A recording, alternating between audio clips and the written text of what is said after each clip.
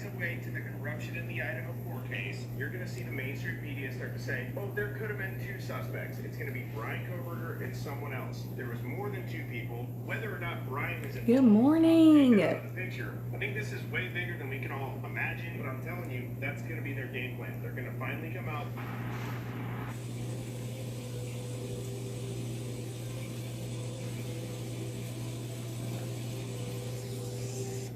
What's up, Brittany? What's up, Desmond? What's up? Good morning, good morning. I hope everybody's doing good. What's up, Brittany? Good morning, Pooh Bear. Beast mode. What's up, everybody? How's it going? How's it going? Did y'all have a good night? Did y'all have a good Friday night? Me and Natalie and Austin, me, Natalie and Lucas, we went to go out to eat, and we went to Hobby Lobby, and we went to Atwood's, and is that all the places we went? Yep, that's all the places we went. We got back home about 9 o'clock last night. Yep. Oh, cool. Back porch. That sounds good. What's up, Kentucky girl? Ellington, how are you? Christy P, how's it going? Good morning, good morning. So, this morning we're supposed to have Jody on. I'm excited about it. I really and truly didn't get any questions together for her, because what I wanted to do is just kind of let her kind of free flow it, and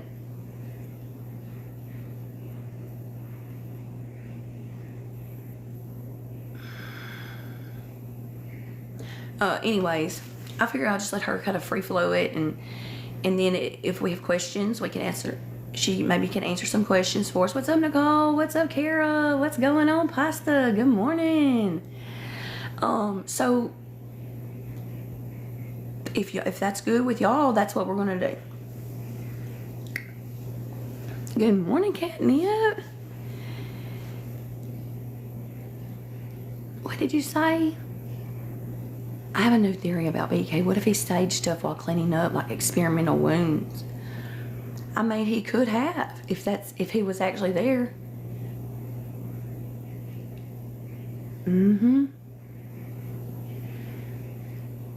Yeah, hot mess. It just, but the report says that that Kaylee looks staged. Sailor, why aren't I going to Vegas? Well, because TikTok said they invited me accidentally. That's why.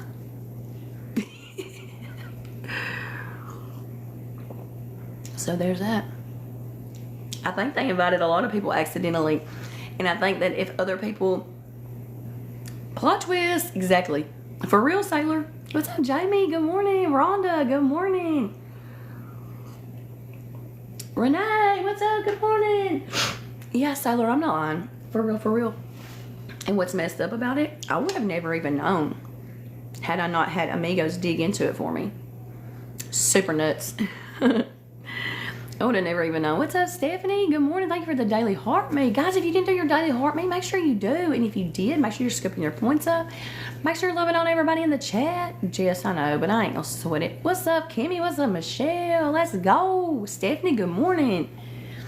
Brandy, good morning. Good morning, Richard. What's up? I did just come on, Lisa. What's up? Thank you so much. Who sent me that? Who sent me that? Jamie, what's up? I was excited for me too, Sailor. Bethany, yay. Good morning, Andrea.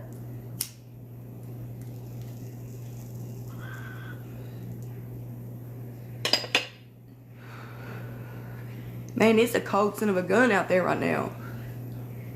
Let me see how cold it is. 27 degrees. Probably so. They probably will show up. And what's messed up about it? The ones who didn't do their research and found out that they really wasn't invited and they do show up, guess what's going to happen? They're going to be escorted off the premises by security. I'm in Texas.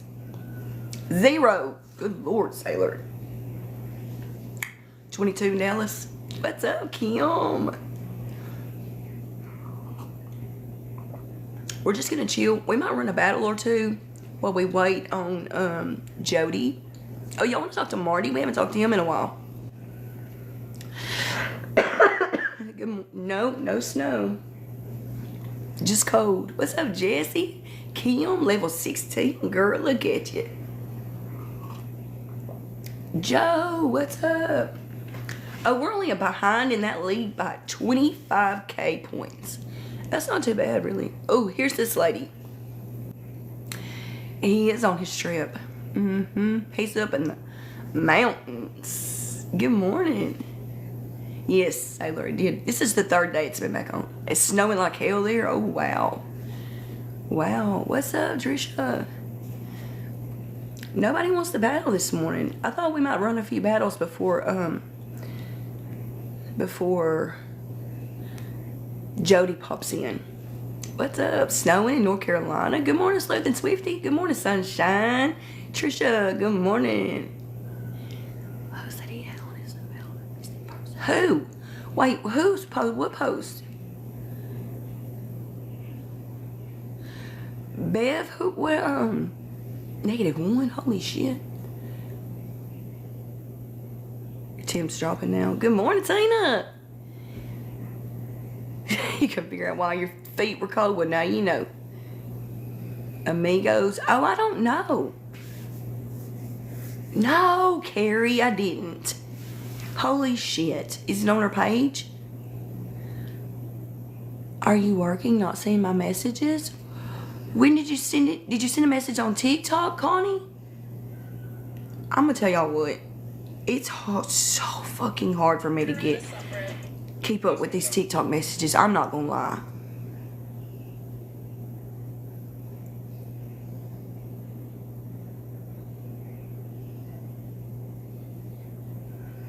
You'd be happy with the 20s at this point. Let me see if I can find Connie. See what she messaged to me. I wish y'all could see all these messages that I get. And you know what's crazy about it is most of them are just people that I don't know who they are. Oh, you seen? Oh, this morning in the chat, it may have went by too fast, Connie, and I missed it. I know that people do. I know people get upset that I don't respond, but there's so many, and some of them are just nonsense, and you can't weed it out because if you put it on message request, like when somebody can only send one messages, well then you miss so much like that too. Good morning, Connie. I'm glad you're not upset. Michelle, good morning. Yeah, it is wild. It's so hard to keep up with. That's why there's the Discord. So if you really, really, really, really needed to get something important to me, go to the Discord or the Book of Face. It's the only thing the fastest way I'll get something from you. What's up, Dreamweaver? Thank you for the snowman. It does pasta a little bit to me too, but I'm starting to figure it out. The more I'm over there, the more I'm figuring it out.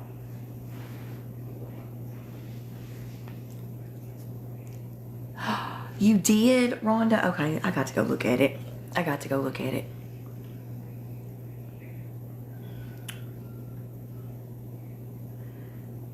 When did you send it?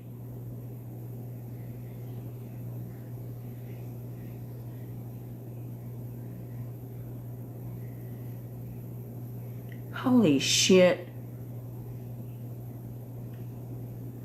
Just now?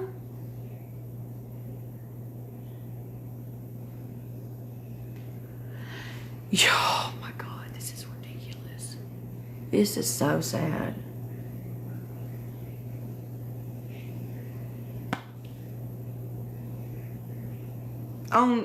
You sent it on Messenger. You leveled up to 30? Holy shit. Level 30. Oh, good morning. Well, damn, why are you not getting it? Oh, let me see if it's over here in request. Jeez Louise. Nope. This is unbelievable.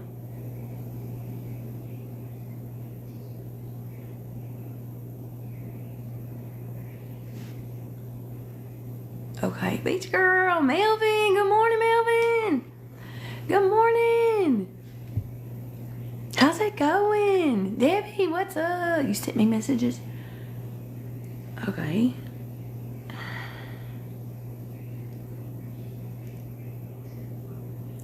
Brittany?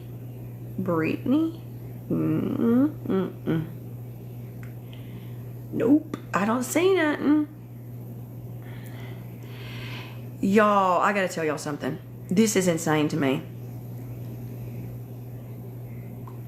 So there's a lady that started following me. Oh, there's Brittany. Brittany, yeah, about TCN. What's up, Bubba? Yeah, it's on.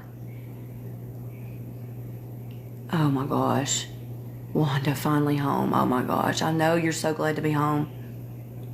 Yeah, I've seen it. That's wild, isn't it? Who else said they sent me a Rhonda? I still ain't got it, Rhonda. I wonder what the freak. It might be too big to send. It's on Doris' page. Okay, let me look it up. I want to see it. All the follow.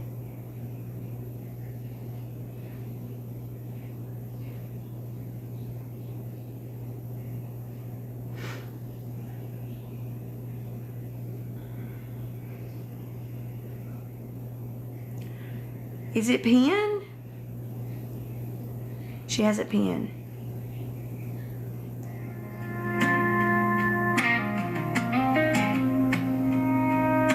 Fog hangs heavy on the ridges tonight. Smoking mountain silent, no stars in sight. Riverbank walls got me caged like a ghost. You're stacking up, but your love hurts the most. You drive those back roads through the rain and the cold. Fighting lawyers, chasing truth they won't hold. Every visit your eyes burn right through the glass, saying we're getting you out, this ain't gonna last. Oh darling, you're fighting so hard for me.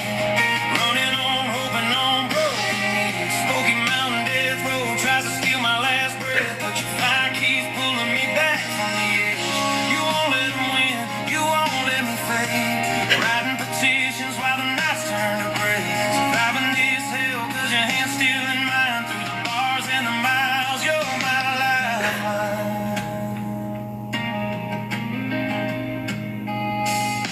Letters come crumpled, you're sand on the bed. Words like I love you cut deeper than rage. Chase down old witnesses, dig up the lies, while I count the cracks in these ceiling tiles. Kids ask about daddy, you tell them I'm strong, but I hear the crack in your voice on the phone. Nights when the screams echo down the long road, I close my eyes tight at your face, I see glow. Oh, darling, you're fighting so hard for me, bleeding your heart out so I can be free. They schedule the date, whisper is coming soon, but you storm every courthouse under the moon. Surviving ain't easy when the shadows grow tall, but you still love answers every last call. One more sunrise, one more breath I can take, 'cause you're out there battling for both our sakes. If the governor listens, or the truth finally breaks, will you still hold me when the nightmare awaits? Or if these mountains claim me before we get through, promise you'll keep fighting, I'll be waiting for you. You ain't just my girl, you're my warrior queen. This cold, cruel place, you're the only light I've seen. Oh, darling,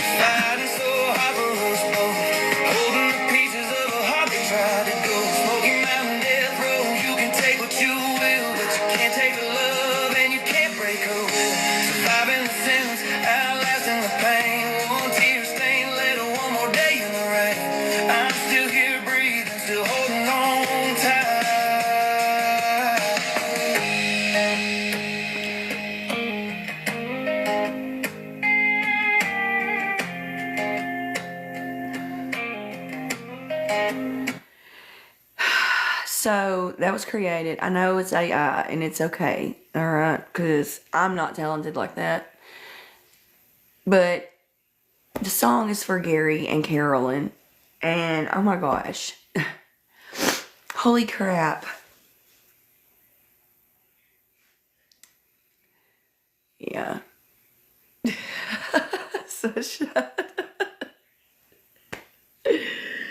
So no, there are talented people. And hey, if one of them wants to redo it and make it real, baby, bring it. Bring it. Okay? But it's good. I liked it, and it really touched my heart. I can imagine, Rhonda. JD could. I bet you he could. I bet you he could. Anyways, oh my gosh. I wasn't expecting a big cry like that this morning. They have been good. Maybe, shorty. Girl, y'all seen me. I was bawling too. Because, Lord, that just, the words in it are true for a lot of people, you know. Damn, my husband waited for me for 16 years, you know. That's, can you imagine? Can you imagine? I honestly can't. I don't know how would I be that strong? Listen to the other one from Carolyn. Wait, there's 2 songs, or is there just one where she sees it? I don't see it. Oh, there's 2 songs. I didn't know. I don't know if I want to hear another song. Oh, exactly, Sunshine. Is it on Carolyn's page? He did. Mama Jones.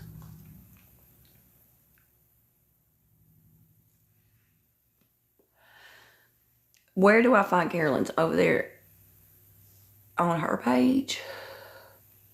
I don't know if she wrote it. This is the first I know of all of this. He is a good man. I can't imagine my life without him. That's a fact. Okay, let me go to Carolyn's page then.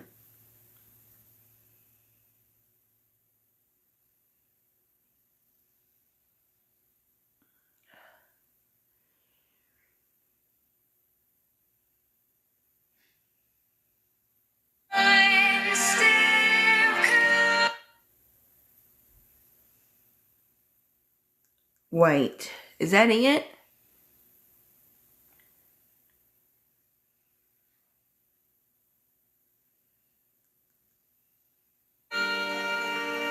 No. Their relationship. Call from Gary, son. An inmate at the Tennessee Department of Corrections, Riverbend Maximum Security Institution. Okay. To accept this call, press 0. I've been down too, but I don't know where it's at. we got. I'll have to find it, or somebody can send it to me.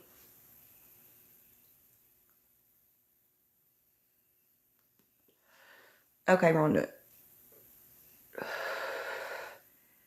And then share it to me when you do. This goes out to all the fathers. From 0 orders to selling out on And so, anyways, we're waiting. Miss Jody will be in today. In the chat, in the box. Leslie, good morning. And so we're going to talk about Guy Hienz in a little bit when she comes on. What's up, D? Jody, she's Guy Hienz Jr.'s wife.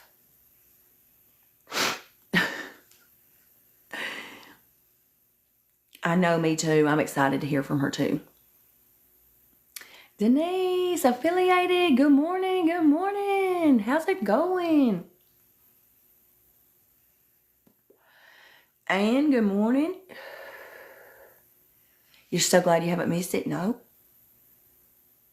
Does Jason what? Does Jason love Randy? Who's Jason? Who's Randy?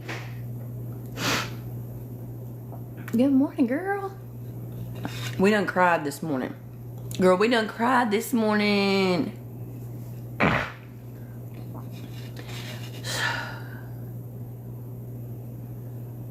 Wait, what? It's 7 a.m.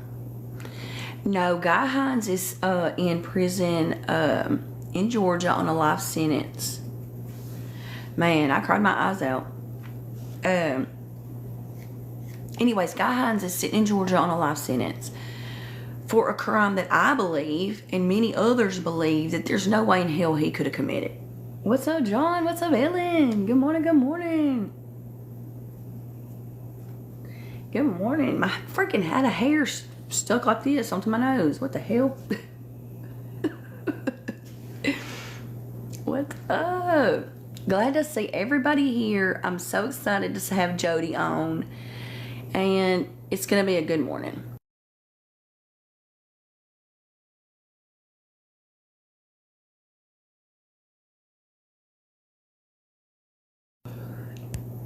Y'all know what I realized? I realized that I can't get interviews because I come on way too early. So we've got to figure out a way to get interviews. We've got to figure it out. We got to have a different time on interview days, I guess. Well, it's fine for her because she's in the UK. So it's fine. They do, Abigail. She's sometime between 7 and 7:30. So here in the next 45 minutes or so. Maybe 10 minutes to 45 minutes. He did. He got out. What's up, Bleefo? What's going on? OMG, the people. It's almost 1 p.m. Yeah. Yeah, so she's on a good time. She does when she sees him.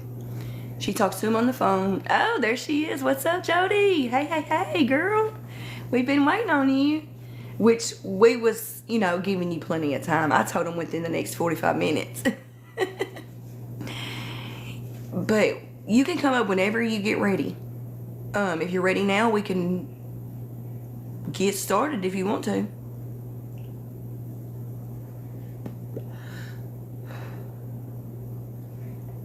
Shanna. Okay. Well, we're ready for you. I sent you an invitation. Thank you. How are you doing? Hello. Let me make sure I can. Right, I've never ever done this before, so I'm just trying to work out how to turn the camera on. Oh, there we go. Hold on. Yay, I'm on. I've never ever done TikTok Live before, so this is all new to me. But I don't know how it works. On the Book of Face, right? You've gone live on. Okay. Yeah, I've done it on there. Yeah. Yeah. So, well, thank you for having me. I'm excited that you're here. We've been talking about Guy for a long time. Yeah. It's a crazy case, and what's funny is I printed out this morning. I printed out like the case summary that we've got, and I was going to just sort of highlight the key points to talk about, and I gave up highlighting because I was like, do you know what? It's just key points. I need to just go through the whole thing, kind of like break it down a bit, but kind of go through it all because like my jaw was just on the floor, even just reading through it again, because it's like, what? Are they stupid? Like it's just, yeah, it's absolutely bizarre. Absolutely bizarre. Really yeah. So how did you hear about it? Well, I'm always digging into stuff. I'm always looking at things like controversial cases and things like that. And it's a very controversial case. I mean, it is. Mm-hmm. And the fact that they got tunnel vision so early on is just crazy to me. No, this is not his mother. And they changed, not changed, but like we said about railroaded him. They left out evidence, lost evidence, etc., just Destroyed to fit the evidence. narrative of what they wanted it, the way they wanted it to go, which is just, it's disgusting. I mean, this was like 2009, Mm-hmm. so Yeah. a long time, Not 16 years. yeah. What's up? Someone say that they think, am I his mum? No, his wife. Yeah, his wife. But yeah, how So did you just if see you the wanna, documentary, or I've watched everything I could find. yeah? Yeah, well, I've There's watched quite a everything I lot could out find. there. I've pretty much read everything I could read, other than the transcripts from the court. I would, if Yeah, you have those, I would love to have them. I do have them. Yeah, yeah. He was he was just screwed from the beginning. From the beginning. From the Yeah, beginning. and the good thing is now he does have a really good legal team. He's got Greg Kelly's attorney, so you know the Greg Kelly case. So he's got, from me talking to Jake, Jake now, he's basically funded Guy's whole legal team because he believes in his innocence. So like, That's amazing. you're talking about over $100,000 already on attorney, investigators, and everything. So yeah, I'm I'm going gonna to be. try and watch the comments and answer any questions as we go along, if I can. I will try. I'll give a recap. I'll give everybody a rundown of what we're about to get into, and then I can keep an eye on the comments if you want, and then you can just, after I give the rundown, you can just go into the rest of it. Yep, If you, sounds good. Yeah. okay, so Guy Hienz Jr. was arrested and convicted of unaliving literally his entire family. It was 8 members of his family. And they never looked for another suspect. They never tried to see if anybody, they never looked anywhere else. His neighbor watched him pull in the driveway, watched him go into the house, and watched him come out screaming that his whole entire family were murdered. He screams for her to call 911. She does. I mean, the 911 call on its own, there's no way in hell. That's not acting. The anguish in his voice, that's not acting, in my opinion. I just, the chills it gives me when I listen to it is heartbreaking. Jack will be here soon. It's too cold out there right now. But, so the evidence against him was ridiculous. None, actually, none. He was seen on camera in town, throughout the night. The list goes on, but that's what he's accused of, and that's what he was convicted of. Too long ago. How long ago was it that his only brother that he had left passed? In How long ago was it? 2022. So it'll be 4 2022. years Okay. in March. Yeah, 4 years in March. Yeah. Really sad. Really sad. Very sad. And then, so that's his story, and then she's going to go into the rest of it.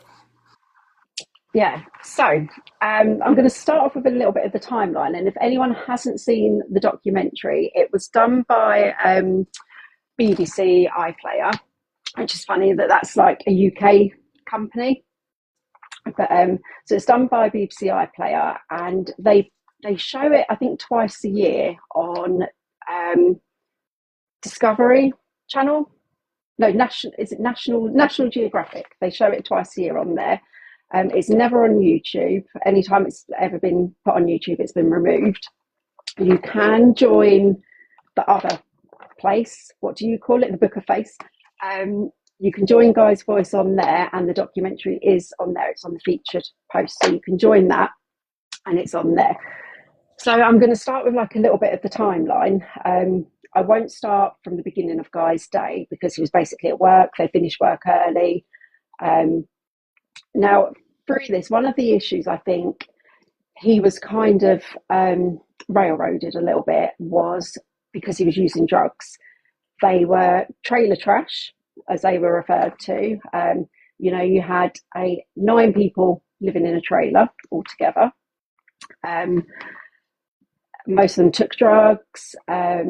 Guy, funnily enough, Guy was the only person living in that trailer who had a proper job. He was worked for construction, he got paid, he had a proper job. Joe, that was living in the trailer, which was Guy's cousin's boyfriend, he was selling substances outside of the window of the trailer. Everyone lived there. So you had Guy, you had Guy's dad, you had Russell Senior, which he was basically Guy's dad's brother, but not blood brothers. They were all brought up together. So it was like Guy's uncle. You had his son, Russell Jr., his son, Michael, who was 19 and had Down syndrome. You had his daughter, Chrissy, who was 22.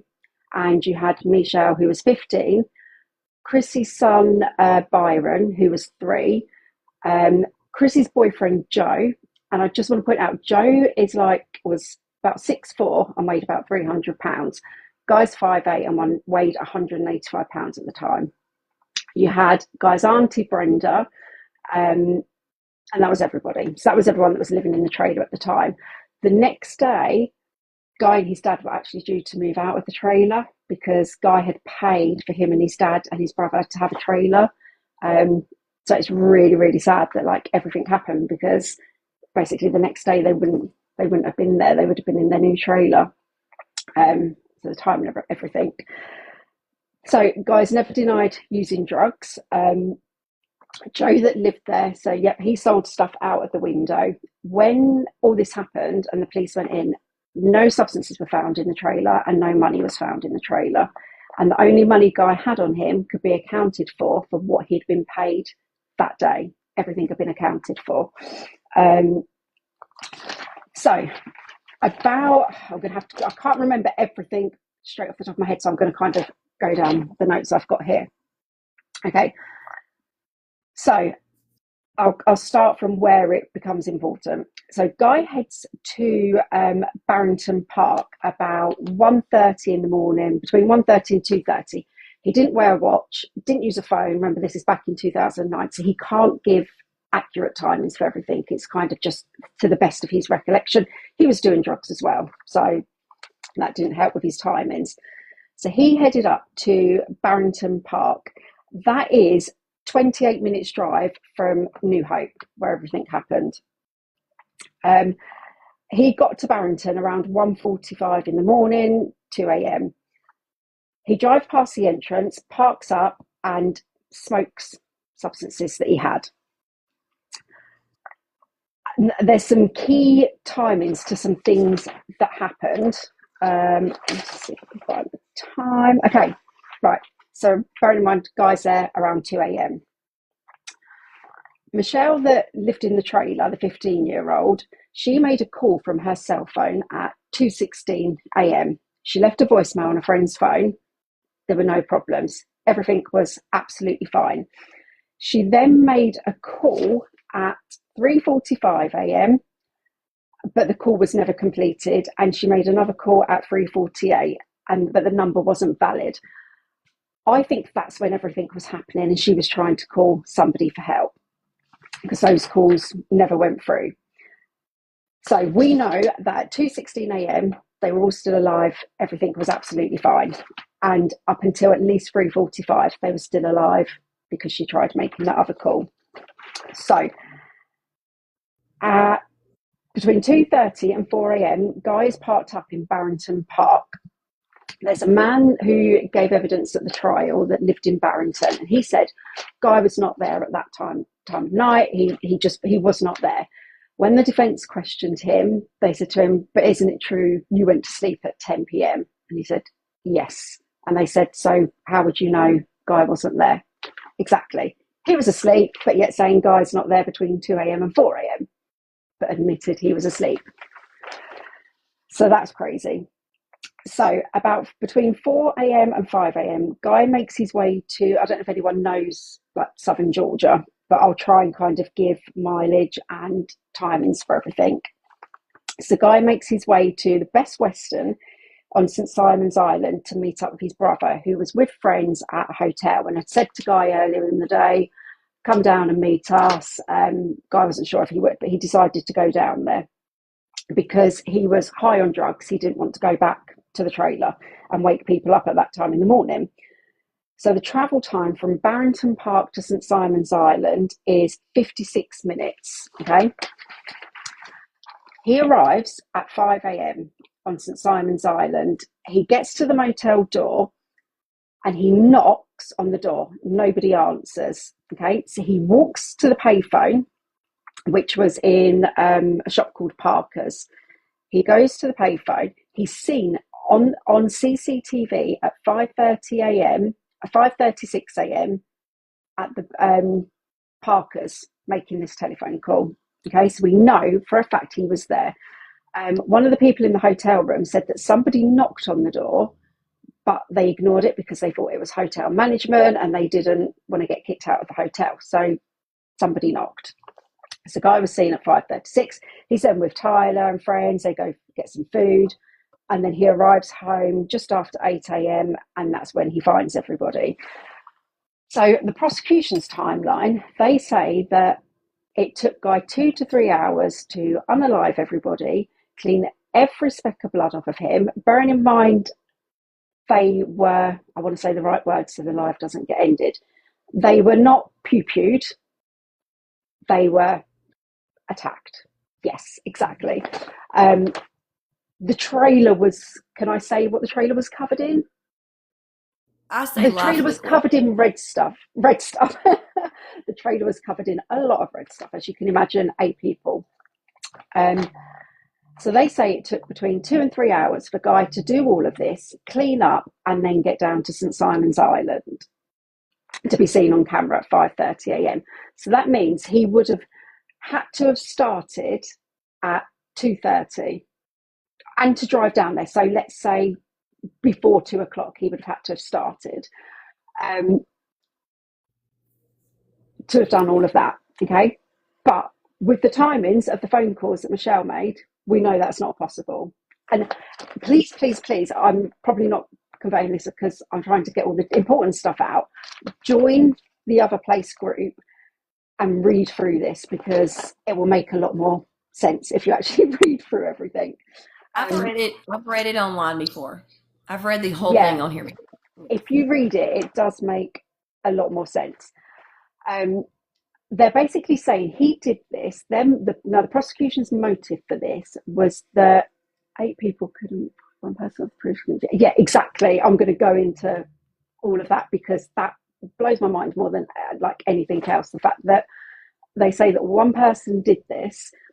The evidence shows that only Guy Senior was unalived in his sleep. The rest of them fought for their lives. They fought back and tried to save themselves. Guy had no bruises, no cuts, no marks, like nothing on him. He had no injuries to show that he'd done anything, like nothing. He fought anybody because you know dang and well they was fighting for their life. Yeah, no more and even nothing at all. And even Chrissy, her handprints were on the window ledge where she had tried to get out of the window.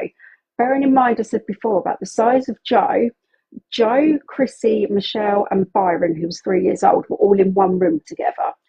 How does one person do that, causing no injury to themselves, stopping her from climbing out the window, trying to stop Joe, doing everything, and keeping everyone else that's in the trailer? None of them had any substances in them. Yet none had no substances in them. So nothing at all. None had been bound. So it's like the prosecution are basically saying they all just sat there and waited for their turn. Like, yep, I'll be next kind of thing. Like, Guy's dad was asleep on a mattress in the doorway as you walked into the trailer. That's where Guy's dad was sleeping. So they're basically saying Guy wanted a bottle of substances that was in the trailer. Russell Senior wouldn't let him have them. So they had an argument. Guy unalived him and then unalived everybody else to basically cover it up. But his dad slept through it until it was his turn, apparently. Doesn't it make more sense that a group of people, bearing in mind what was being sold out of the window by Joe, Joe, I don't want to speak ill of people, obviously, but Joe and his family had a shrimp boat. Anyone from Brunswick area will know what sort of things are coming across on shrimp boats. and what he was selling out of the window. It makes more sense to me that he did something, messed with the wrong people, and if you know the mentality of large groups of people, what they will do, where they will unalive a whole family just to get payback. So a group of people turn up and that's it, done. Some go this way, some go that way in the trailer. This is a single wide trailer as well. This isn't it's like a great big house. 900 square feet. It's a tiny, tiny trailer. Yep, It's not, exactly. I mean, it's impossible. It's absolutely impossible. It really is, really is. But Jody, do you mind if I go to the restroom? No, go. Shall I carry on? Okay, I'm really sorry. Thank you. Shall I keep going? Yeah? Yeah, you can keep going. You can. Okay, so Guy returns to the trailer. He sees everybody, finds them all. He runs outside. No, first of all, he looks to see who's alive. He finds Michelle's cell phone. He tries to call 911. The phone is no battery in it. So he runs outside. The phone's in his pocket. He runs outside. He's screaming for help. Neighbours come across. They call 911. He runs back into the trailer. He finds that Michael is still breathing. He lays with Michael.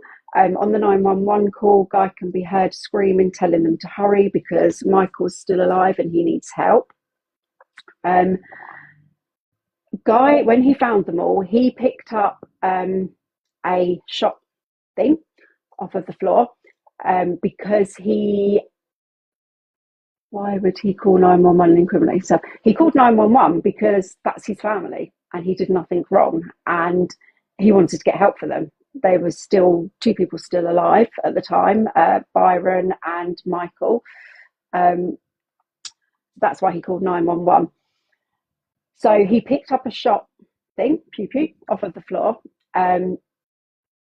Oh, okay, sorry, yeah, I see what you mean, Leslie. That's what I'm saying. He wouldn't call 911 if he had done that himself. Exactly. Michael could have identified him, so why would he be telling them to hurry up if, when Michael's still alive, like, you'd just be like, get rid of Michael first before I get any help to come because Michael can say it was me. But you just wouldn't do that. So he picked up the shot pew pew off of the floor because he didn't know who was still there. He found everybody, he picked it up to defend himself, and he put it in the trunk of the car outside. When the police, you can listen to the 911 call, it's on the Other Place group, and it's also on YouTube. You can just YouTube 911 call Guy Hienz Jr. and it's on there, and it is really sad. And if you listen, you can hear Guy crying and screaming, tell them to hurry, Michael's still alive, Michael's still alive. He's absolutely distraught. The police turn up and they say to him about any weapons, and he says there's a thing in the car. He says it was stolen. This was brought up in court because the papers were found and it wasn't stolen. It was actually another one that was stolen, but in the forensic guide got confused about which one was which. There was the butt of a shot pew pew found near one of the victims, but the barrel of it was missing. Now, anyone that knows what a barrel looks like on one, it's got like a bead on the end, like a little sight bead, I think you call them. And they're saying that that was the weapon that was used. Okay, so my good friend Daniel Auden, who's helped me since I became involved in Guy's case and with Guy, he basically got an exact replica and did like a test with it and was hitting things and everything like that. And he said there's no way that would have stood up to what they're saying it was used for. And also, the bead bit showed no markings on any of the victims, and there was obviously nothing on Guy's hand. So if he was holding it on the end with the bead, the sight bead, he would have had that on his hand. And if it was used, that end was used on the victims, obviously other way around. Okay, so they take Guy in for questioning. He's questioned for 16 hours, no food, no nothing. One of the investigators, his name is Stop. Okay. Don't worry about it. Where did this happen? It was in Georgia, in Brunswick, Glynn County. If anyone knows Glynn County, they have a reputation. Their old DA, Jackie Johnson, has a reputation. She has been indicted herself. If you've ever heard of the Ahmaud Arbery case, look into that, because one, I'm not sure if you know this, but one of the people involved in the Ahmaud Arbery case, which was Greg McMichael, he was Jackie's investigator at the time she investigated Guy. Do you know who Greg McMichael is? He was Travis's dad, who is now currently serving time in prison for the hate crime and everything else. So he was involved in that. There's so much corruption in this. It's absolutely unreal. Lots of corruption. It's crazy. So they question him for 16 hours. They take off of him. He's wearing like a pair of outer khaki shorts. They check all his clothing. Bearing in mind, he went to the trailer. He got covered in red substances. Can someone pin it? Ahmaud Arbery. It's in Georgia as well. So Ahmaud Arbery, yeah, AHMED. So his shorts have red substance on them. That's the only that they see. So they take that off of him. But explain that it was not, it was a tiny amount. It was a little amount. And also, it wasn't splatter. It was smeared. And also we have to say the fact that Guy literally laid down next to Michael. He checked all the victims. He'd been around the whole trailer. He checked all the victims to see who was still alive. Michael was the only one, which is why he was laying with Michael. So he was left with he had like gym basketball shorts on as his underwear underneath them khaki shorts, his t-shirt and sandals that he was wearing. So he was given another pair of shorts to put on over the top of the gym shorts. They then arrested him for substance misuse. They said they were waiting for an ankle monitor to be found so that they could release him. That took hours and hours and hours. They found it. His grandma and brother come to pick him up. They get back to his grandma's house, and within a few minutes of him getting there, you've got armed police and everything turn up, take him outside and arrest him for all 8 of them. He's taken back down to the station.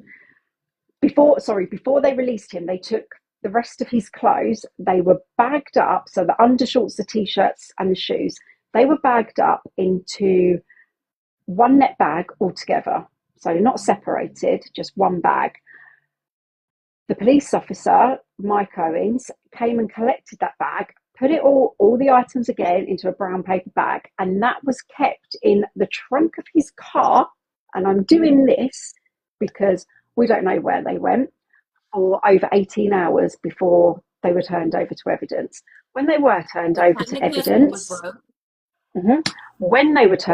evidence, that was when the blood was then found on the undershorts. You've got transfer blood. You've got the fact that them undershorts were actually longer than the khaki shorts. So they came down longer than what the khaki shorts were, the top shorts. Why did he keep them for 18 hours? Who knows? Mike Owens had previously been investigated by Internal Affairs for mishandling evidence. I'm going to talk about him a little bit later on to do with the nunchucks and the hammer. But I can also tell you that Mike Owens' son reached out to me 4 years ago, I think it is now, and said that his dad went to his grave saying that Guy was innocent. When he gave his evidence during the trial, he was seen afterwards in his car, absolutely broken down, crying. I'm like, why would you need to be so upset? And then he's saying that he believes that Guy was innocent.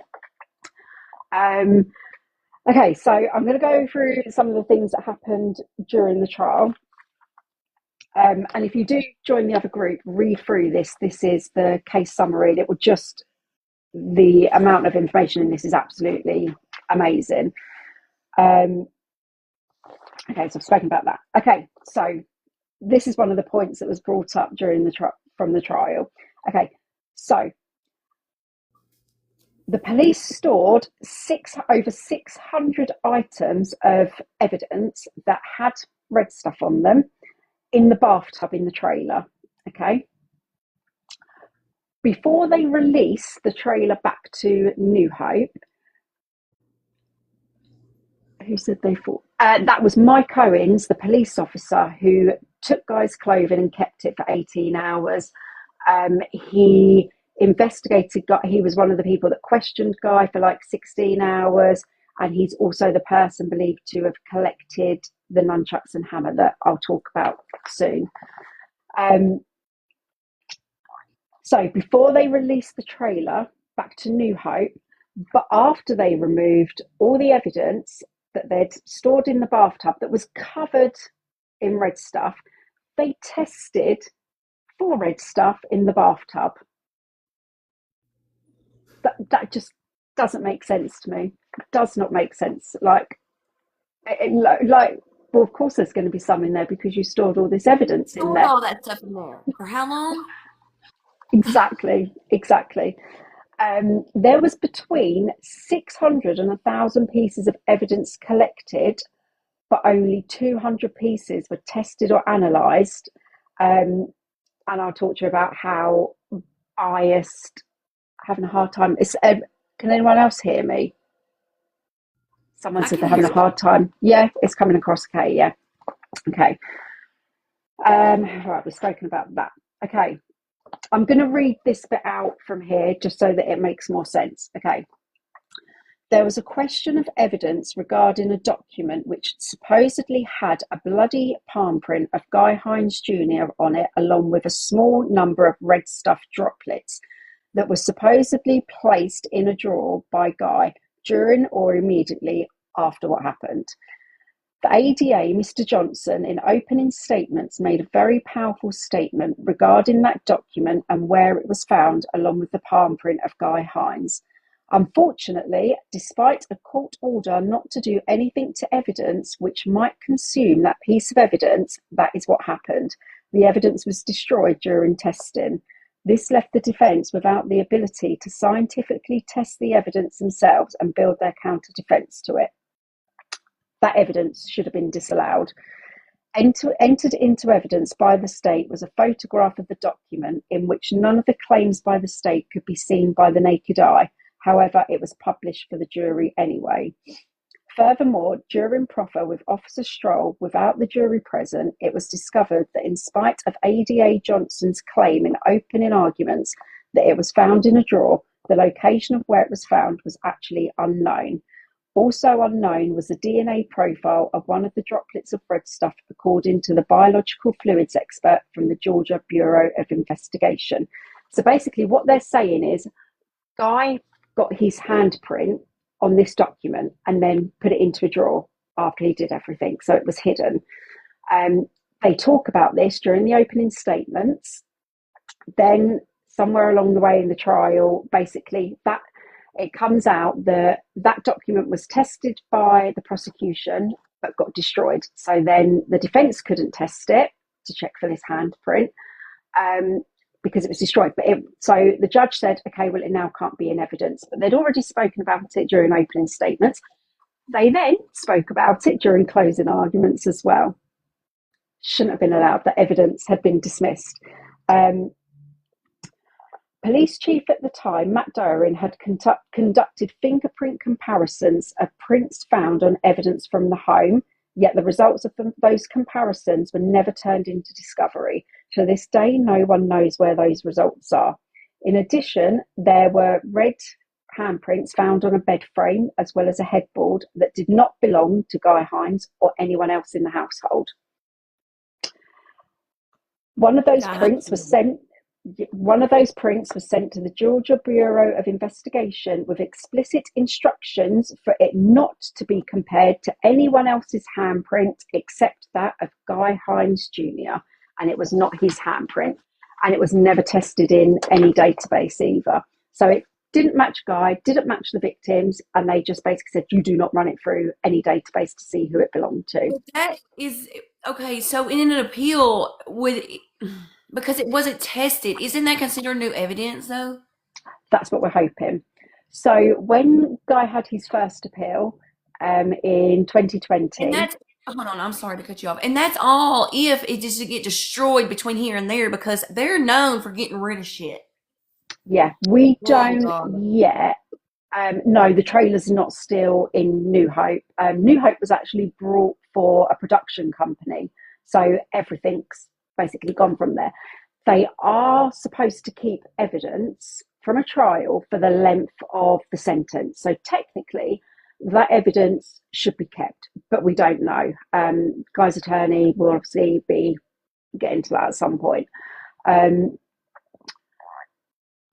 they didn't test against anyone in the system to see who it belonged to. Like, why? And this is what I was saying at the beginning about like just turning everything to fit their narrative as to what happened.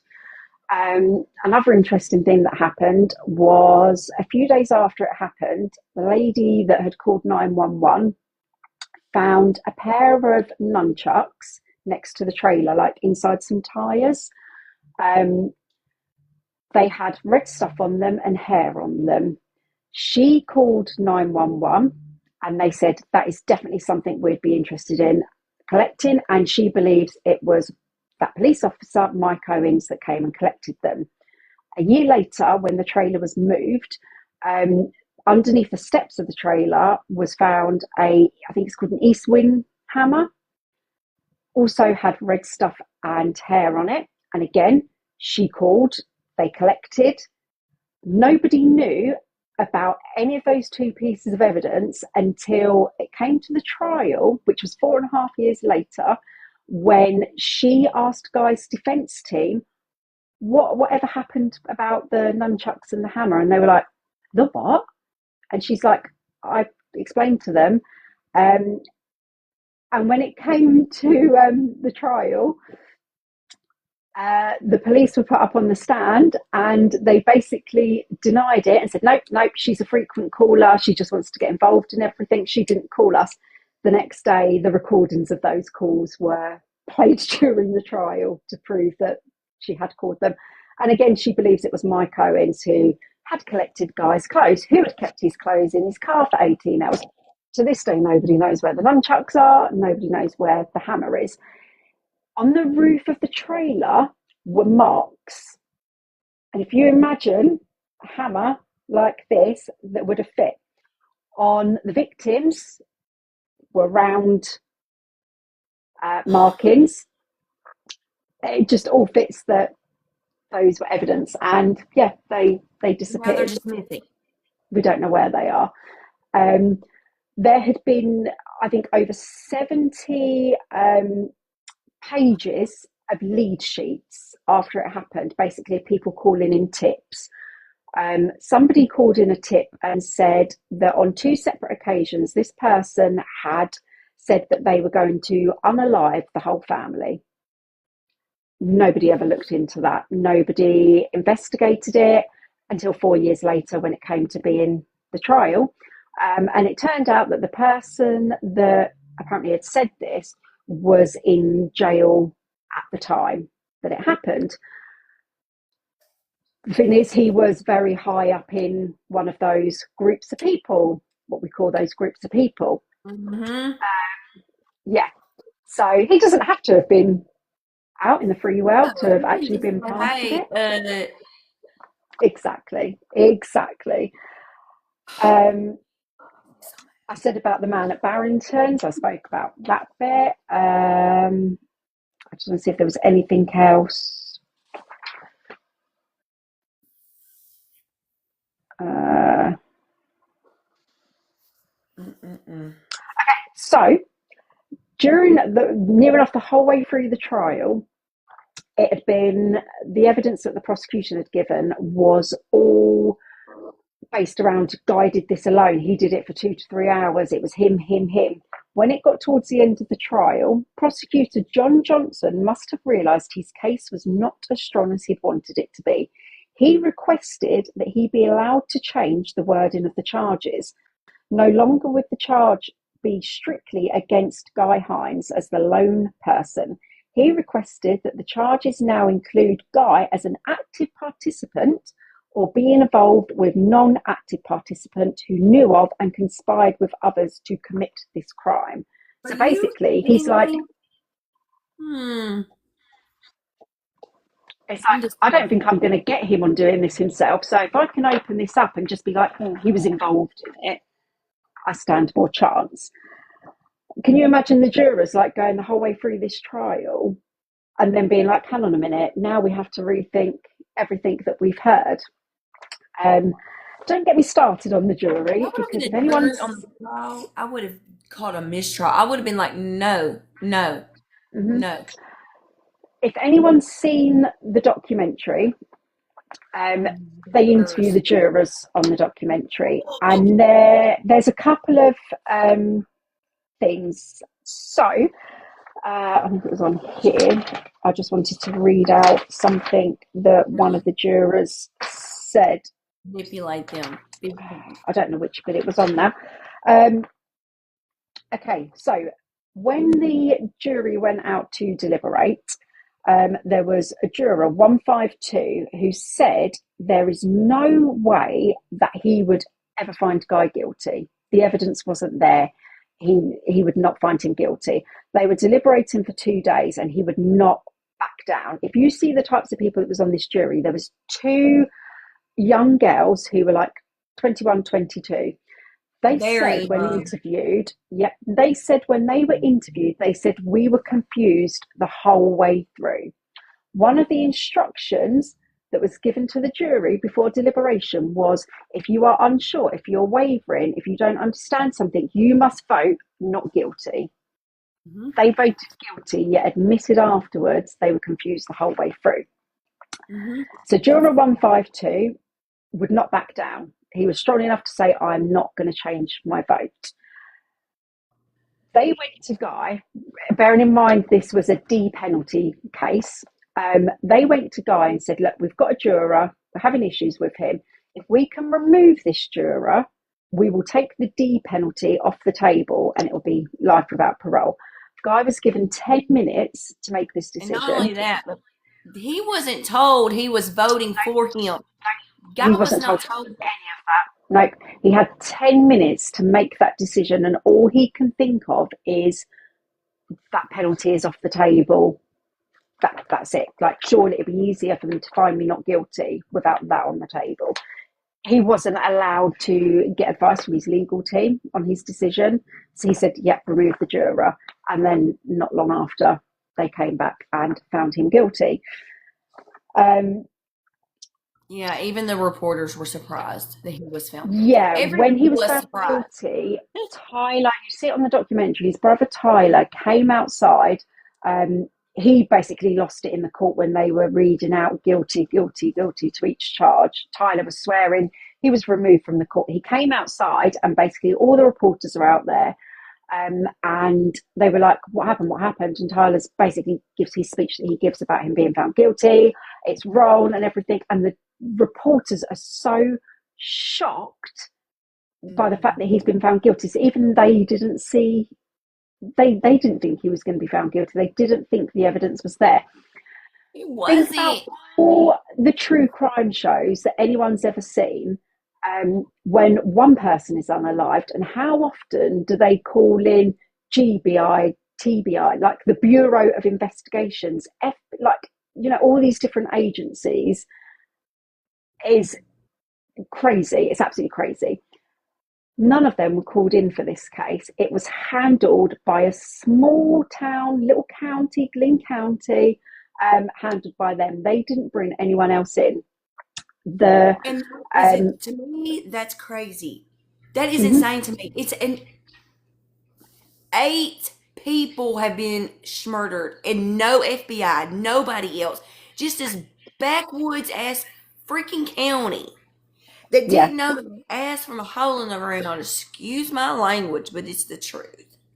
It's just crazy. And I mean, that's why I say, like, join the group. watch the documentary, read through all the most important stuff is in the featured posts. I've got videos on there of video visits I've done with Guy. So you get to meet Guy and see what he's like as a person, because obviously the press and media made him out to be this monster. And I can tell you now, when in 2020, when I became involved with Guy, I would post like this case summary. I'd post it in different Facebook groups, like true crime groups, and a lot of Glynn County groups. And at the beginning, people were commenting like, he should have been, like, he shouldn't still be breathing and everything like that. You know, people were really, really mean. And I can tell you now, it's been years since I had someone comment that. Now they know the truth because we've put it out there. They know things, all they knew was what was in the media. That's it. He's guilty, everything like that. Now they're seeing all the things that went on behind closed doors. They're hearing all the things to do with Jackie Johnson. There is another case for anyone that lives down there. His name was Tom. He was found in the Frederica River, and basically they're saying that he unalived himself by pew pew. That was not found, and his hands were bound behind his back. Tell me how he did that. Okay, you can hear this song. There is a song on YouTube. A couple of years after everything happened, Guy's brother Tyler was given a CD, a rap CD with 2 songs on it. We don't know where it came from. On that song, they use Guy's 911 call in there. They talk about making it sound like basically they went in and committed the crime, and they make reference to the Frederica River as well. Mike Owens, a police officer, was on scene at the Frederica River when he received the call about the nunchucks, because that happened right after Guy. There is a lot of conspiracy. There's things that I can't go into detail about because they're being handled by Guy's attorney and his law team. I can say a little bit about some of it. Chrissy, one of the victims, her and her baby's dad, so Joe, her boyfriend, wasn't Byron. He was 3 years old. That wasn't Byron's dad. Her boyfriend, they were basically running a scam against Mexicans where she would pretend to be selling herself at a motel. The Mexican would arrive. Rob them. They would rob them. Yep. She turned evidence against her boyfriend to keep herself out of prison. He was sentenced to 20 years in prison. Now, I think, what if her and Joe were doing the same thing and they messed with the wrong group of Mexicans? Yeah. Okay. Because that happened here in my area. Yeah. Her ex, who went to prison, there's things around that I can't go into detail about. But Byron, I don't know if anyone knows about this. I don't know if you know about this, but Byron, the 3-year-old, he actually passed away a few days before Christmas, 2025, like last year. He literally passed away, yeah. His dad got out of prison in July, and then he passed away, like, I think it was the 22nd December. So, like, right before Christmas. And I don't know what happened to him. I've not been able to find anything. But yeah, so he passed away. Yeah, I feel like I've just gone, there's still so much that I feel like I haven't kind of said. So I'm going to try and watch the comments if anyone has any questions and try and answer. Interested to know if the handprint is considered new evidence since it was never tested. That is... Yeah, Guy had, so he had his court-appointed appellate attorney in 2020. You think about just these things that I've spoken about today, how they should be raised on appeal, because these are things that were happening during the trial, before, with handing the evidence, etc., etc. He wrote the appeal and basically put 1 point on the appeal about the removal of the juror. That was the only thing he covered, and obviously the appeal was thrown out. Thankfully, why did they do that? Because he agreed to having the juror removed, so obviously that's not not something that can be appealed. So why waste Nope. that appeal? It was a joke, but of course we know Exactly. it was a public defender, public Yep. pretenders, what we call them. When Keith took over Guy's case, he spoke to that attorney, and do you know what? Guy has got 4 letters that he sent to his appellate attorney saying, I need to talk to you, this needs to be included, this needs to be included. He never once heard from him, not once, before that appeal was filed. When Guy's new attorney took over and read that appeal, he said in all the years that he's done this work, he's never seen such a bad appeal, that even during the appeal hearing, the judges even said, this is terrible. How, like, we're not going to grant this. Like, why would we? And the appellate attorney even said to Guy's new attorney, I guess you're going to file about inefficiency of counsel. I wasn't really paid. Yeah, I wasn't really paid enough to take on this case. He was, coming close to retiring and everything. He just couldn't be bothered, basically. He just could not be bothered. But things are moving. That's all I can say. I can't give any more details at the moment, but we did get a really good update at the beginning of the year. Things are moving forward, which is what we want to hear. But as anyone that knows of wrongful convictions, things don't change overnight. They literally take years and years and years of fighting, hard work. I don't know how Guy is who he is today, because he's just he has no hate towards anyone involved in this. He just wants to come home. That's basically it. I'm over everything that goes on in the prison as well. It's a shit show, basically. He hasn't. Okay, let me just clarify this. He has not exhausted all his appeals yet. Is that right? No. He had that first appeal. You've got something called an out of time appeal, which is basically where his attorney can go into court and say, look, this appeal was absolutely disgusting. I want a redo of this appeal, and they can either deny it or they can grant it. He hasn't done habeas corpus yet. Obviously, as we were hearing about the new evidence, investigation, solving the crime as well. There is still a lot of roads that we can go down. This feels like this year, it's taken such a long time to get to the point we're at, because even Guy's old legal team are only now just handing over some of the evidence that they had. It's just ridiculous. It's been a fight at every single turn. Yeah. Well, the reason I was asking is because we want to know what we can do to help, but we don't want to do we are calling the governor now on another case in Tennessee, but if he still has his appeals, we don't want to do anything like that to step on toes or piss anybody off. We don't want to do that. Exactly. Mary's case in Tennessee is different than Guy's case right now, so we need to keep that in mind. Yes. I always, before I do anything, I always check with his attorney, because I would never ever want to do anything or say anything that would mess up any appeal. And his attorney's always said to me, if it's public record, so everything I've spoken about today is public record, it happened during the trial, that's absolutely fine. I'm allowed to talk about that. I've said before, when I've been over to visit Guy, I've said, can I speak to any media or anything like that? And he's always said, not yet. When the time is right, we will do it. I can do this type of thing. The best way anyone can help right now is share anything you can. Join the group on the other platform. Join the group, share the group, just share his story. The more people, I think we've got 7,500 people in the group.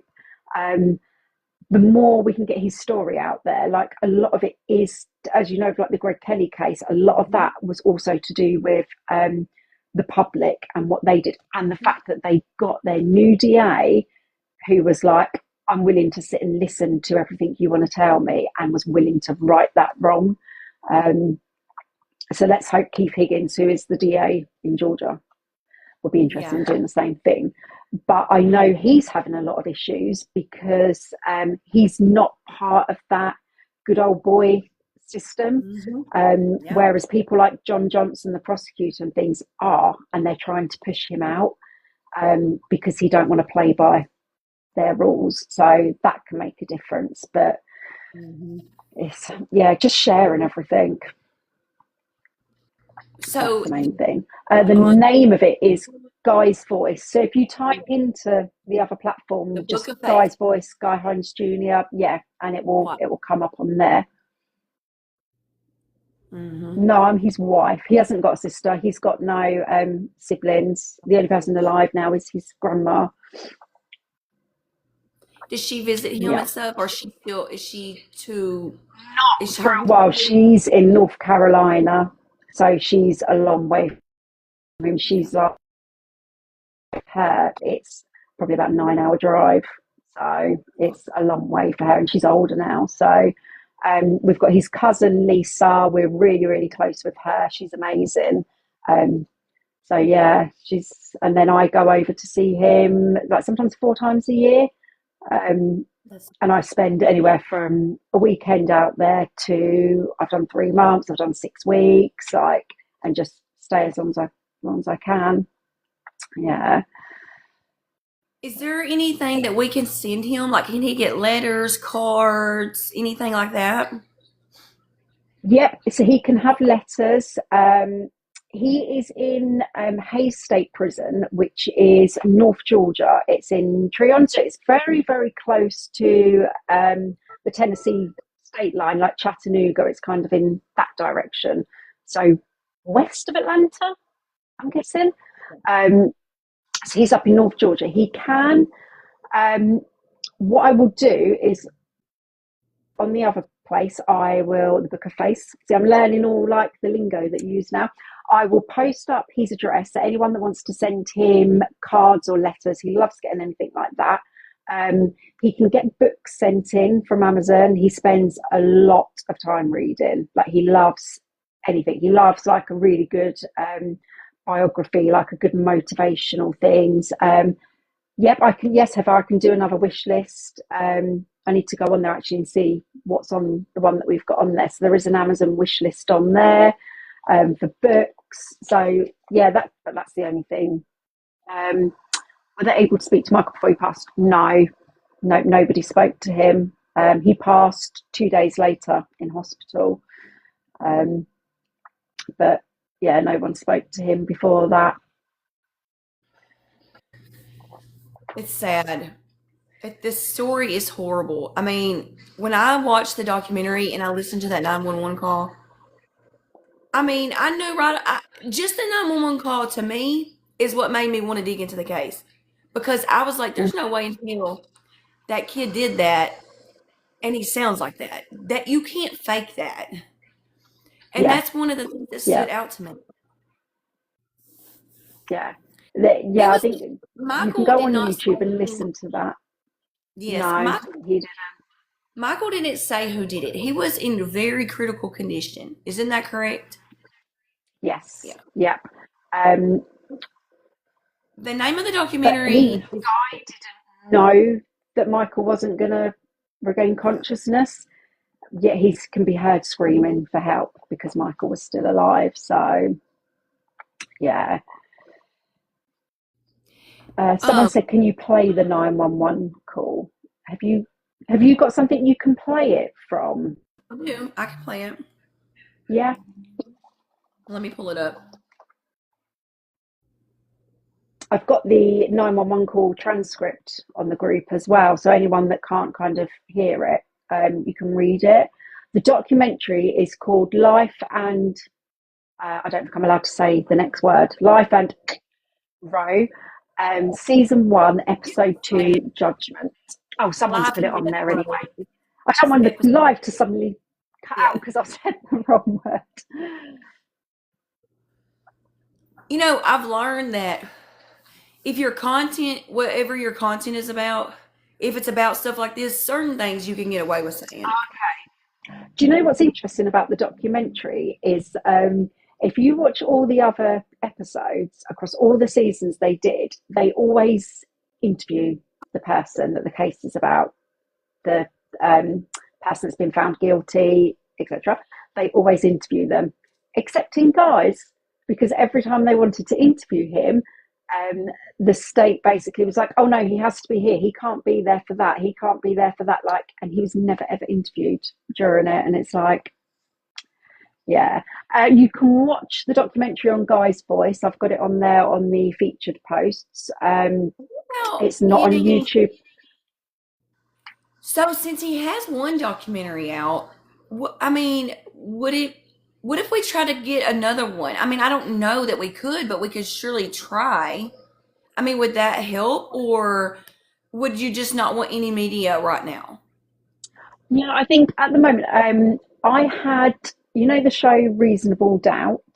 They contacted me a few years ago and said, like, the person that basically finds all the cases for it. And she said, oh, I'm really, really interested in Guy's case. Can you make me a video just basically breaking everything down? So I did that, sent it across, and she came back to me and she said, I really wanted to use Guy's case, but the production team have basically said that it is too bloody. They really like cases where it's, you know, husband unalives wife, husband unalives boss type of thing. So this is just too gory for them. Really? Oh my gosh, it's ridiculous. It's someone's life on the line. Yeah. I think when things start moving, that would be really good. Like when his attorney's like, okay, things are about to start happening. I think that would be the time to be like, you know what I mean? Like something being documented of it. I figure that too. So Gary Wayne Sutton page, her name is Carolyn, and it's not her husband yet, but he will be. He's on the row in Tennessee for a crime that he did not commit. And so we've been really, really advocating for her as well, and for him too. And things are starting to I mean, it's really, that's amazing. We don't want to get too hopeful, but how can we not? You know what I mean? Yeah. So, you know, so she probably feels exactly what you're going through. She probably understands totally what you're going through. At 6 Crow. Guys, the person's asking about looking at the ranking of Guy's attorney. I'm guessing you're talking about Guy's attorney. I can tell you, with everything inside of me, we could not find a better attorney than the one that we've got. If you watch the documentary Outcry, the Greg Kelly case, anyone from Texas might know that case, you know of that case. He was Greg Kelly's attorney, and that's how I found him from watching that documentary. And I contacted Jake, who basically, Jake was friends with Greg Kelly's brother and basically became involved in helping Greg Kelly. And he got Keith Hampton, the attorney, he got him involved. And basically they brought Greg home. Greg's now got a baby, he's married, which is absolutely amazing. I messaged Greg Kelly and I messaged Jake and was basically like, this is my husband's case, and told him all the details. And he was like, whoa. He said, let me look into this some more. He looked into everything that I sent him across, and he contacted Keith, the attorney. And basically, since then, Jake has funded, other than we raised, I think it was about nearly $10,000 we raised just before Keith came into the picture. So that went towards like paying Keith. But Jake has basically funded everything since then. Like, I don't know what we would have done without him. But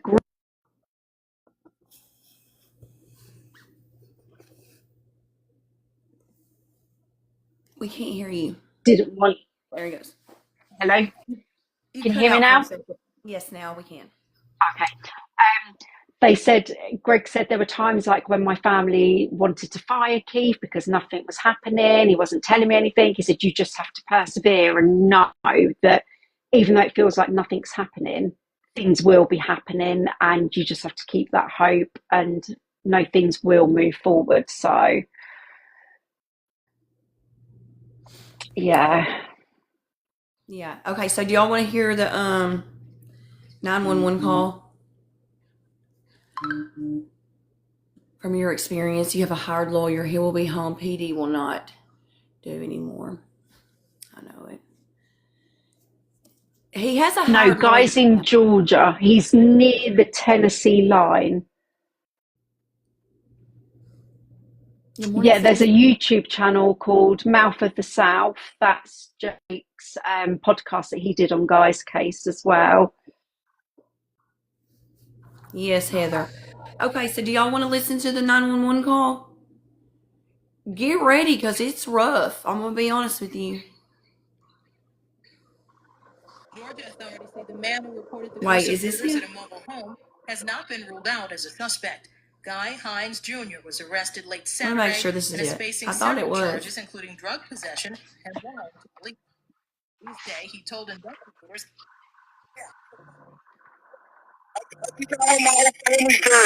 Okay, tell me what's going on, sir. What? I just got home from, I was out last night, I got home just now, and everybody's dead. I went out, my dad's dead. How many people are there? There's like 6, my whole family's dead. Okay. It looks like they've been beaten to death, I don't know, man.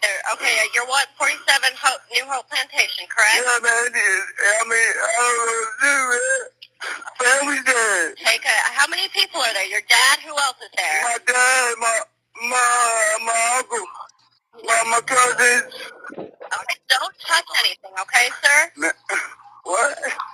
Don't touch anything. Stay away He from the said what? residents, okay? Just stay with your neighbors. Man, I know where that man, my whole family's dead, my dad's dead, he's really dead. I know, they're gonna come. They're on their way, okay? My name's Mike, I'm maintenance out here. She said, yeah, tell him to hurry, they think Michael's still alive. Michael's still alive? Yeah, Michael's alive, he needs an ambulance. How old is Michael, and what happened to them? Can Michael is one of the family members, he's got Down syndrome, he's breathing. Okay, guys, calm down. They're on their way. Y'all, that's horrible. It's So absolutely you can horrible. hear guys saying, tell them to hurry, Michael's still alive. Yeah. A person who went in and did that to their whole entire family is not going to beg for the only witness to be saved. Mm-hmm. I just don't see that happening at all. Yeah. And that's not only that, but you can just hear it in his voice. You can hear his voice. Yeah. Fear. Yeah. No. Yeah, he's devastated. There's a big lockdown. There's a whole statewide prison lockdown in Georgia at the moment because there was a riot at one of the prisons. So basically all of them are locked down. So we're not really getting to talk as much as normal. But once that ends, on the other platform, I will be going live with Guy, like posting more phone calls with him.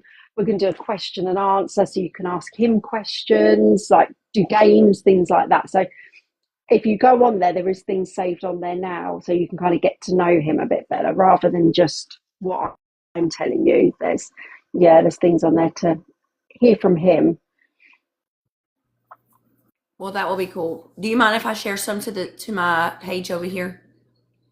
No, definitely. Yeah, but anything anyone wants to share, please share it across, because the more people. Like, I don't really. It happened in 2009. He was 22 when it happened. He was 22 when it happened. Yeah, he's 38 now. The other man on the 911 call, he was the maintenance man that lived in New Hope.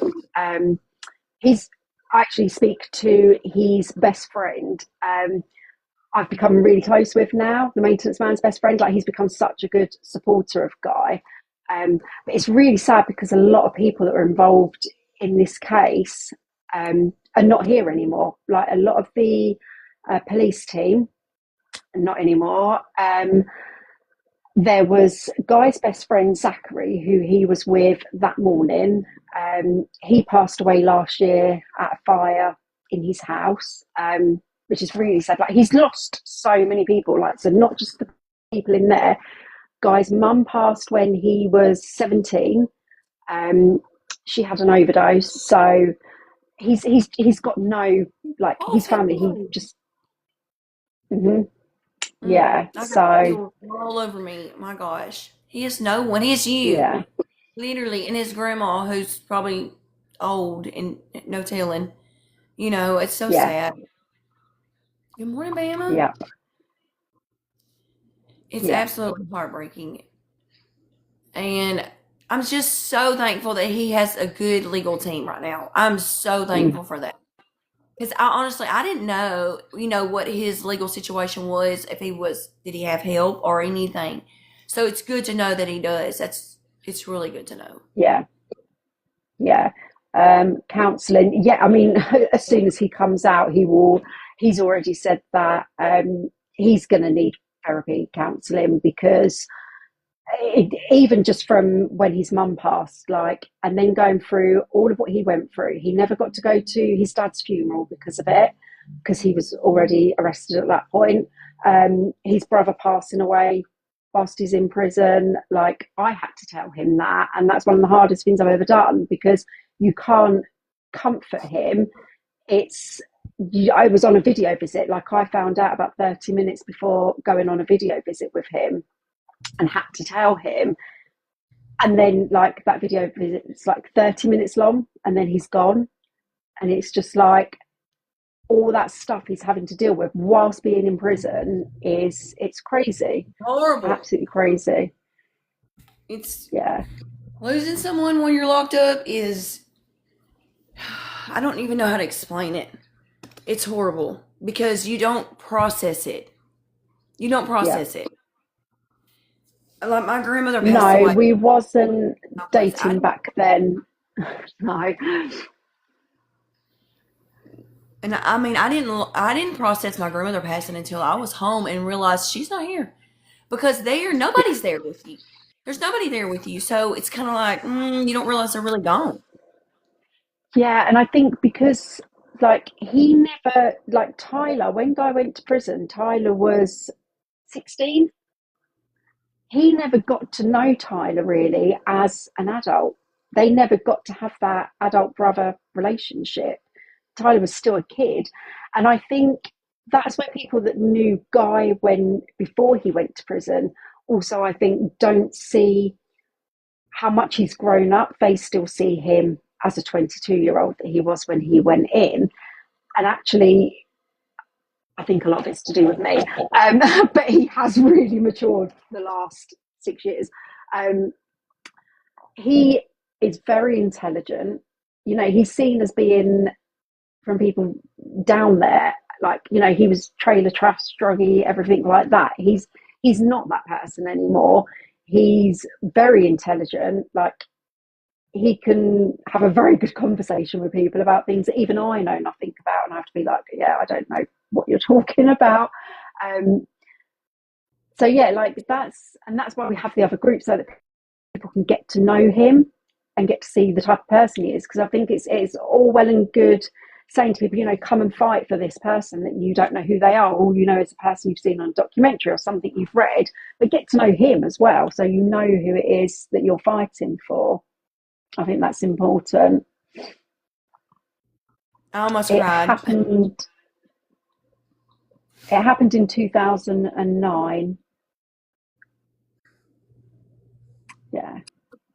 So does he take classes and stuff? Has he been able to do any of those things? Not since he moved to Hayes State Prison 7 years ago. Before he went there, he was a teacher's aide. He did his GED. Thank you. Was your name? Sorry, what was that lady's name? Gary Wayne Sutton's page. Carolyn.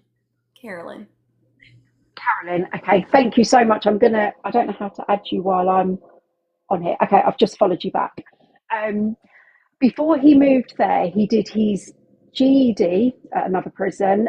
He was a teacher's aide. He worked in, like, embroidery. There was lots of things he did. Since moving to Hayes, he's not been able to get any type of detailed job or anything. We don't know whether it's to do with his charges, or whether it's just bad luck at that prison. But he has tried. He's nearly finished. My mum's on here, and she's like, "Don't forget the course he's doing." So he's nearly finished doing his paralegal course. So he'll be a qualified paralegal.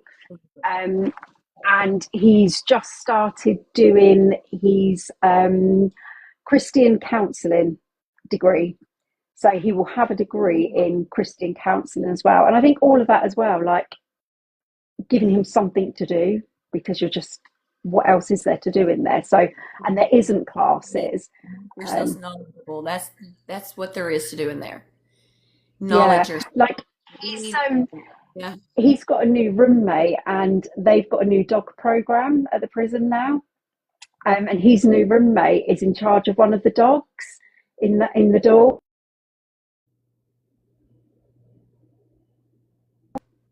Can you hear me? Mm-hmm. Yes. So Guy's basically been like helping to look after this little dog and everything, and it's like it's been like 16 years since she was around a dog. Like, how bizarre is that? Like, he took it out for its nighttime walk the other night, and it's just like, that's so like things that we take for granted. It really is. When I was in prison, I was in the dog program. I was in the dog program, so I had a dog, and not the whole time I was there, but part of the time. It really makes you. It does something to your soul. It really does. Yeah. It's sweet. Like, it just, small things like that is a big difference. Mm-hmm. Well, I'm glad that he's, I mean, I don't know what kind of prison he's in, what the conditions are like. I'm sure it's rough. Most of them are, especially in the South. But it seems that he's trying to make the best of the situation. Definitely. Which is all that you can do, really. I mean, a person who just sits there and, doesn't read, doesn't take in knowledge, to me, that's just so much time wasted. It's just wasted. Yeah. I mean, it's wasted time being there anyways, but you could better yourself when you have nothing else to do. Yeah, definitely. He does that. He reads so much, which is really good. Yeah. Someone said, how did we meet? So I saw the typical story, really. I saw the documentary. I became involved in another group that was on the other platform. It was just a small group, but I was helping out on there. So I emailed him to introduce myself, because I'd spoken to his brother and his grandma. So I was basically like, just wanted to introduce myself. And then we were emailing, and then we were on the phone, and then we were doing video visits, and it went from there, basically. I'm married now, and So, the normal way, I think, when...